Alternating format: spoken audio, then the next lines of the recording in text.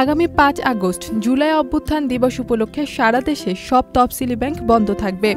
ওই দিন সরকার ঘোষিত ছুটির দিন হওয়ায় বাংলাদেশ ব্যাংক থেকে দেশের সব তফসিলি ব্যাংক বন্ধ রাখার নির্দেশনা দেয়া হয়েছে। বৃহস্পতিবার কেন্দ্রীয় ব্যাংক থেকে এই সংক্রান্ত একটি সার্কুলার জারি করা হয়। ব্যাংকগুলো জানায়, সেদিন ব্যাংক বন্ধ থাকলেও অনলাইন লেনদেন চালু থাকবে। পাশাপাশি এটিএম ও সিআরএম যন্ত্রের মাধ্যমে টাকা উত্তোলন ও জমা দেওয়া যাবে। ফলে অনলাইন ব্যাংকিং সেবাগুলো চালু থাকবে। এতে আরও বলা হয়েছে, ব্যাংকিং কার্যক্রম পরিচালনায় সংশ্লিষ্ট সবাইকে আগেভাগে প্রয়োজনীয় প্রস্তুত নিতে এবং লেনদেন পরিকল্পনা সে অনুযায়ী নির্ধারণ করার অনুরোধ জানানো যাচ্ছে। এর আগে চলতি মাসের শুরুতে সরকার প্রতি বছর ৫ আগস্ট জুলাই গণ অভ্যুত্থান দিবস ঘোষণা করে। দিনটি সাধারণ ছুটি থাকবে।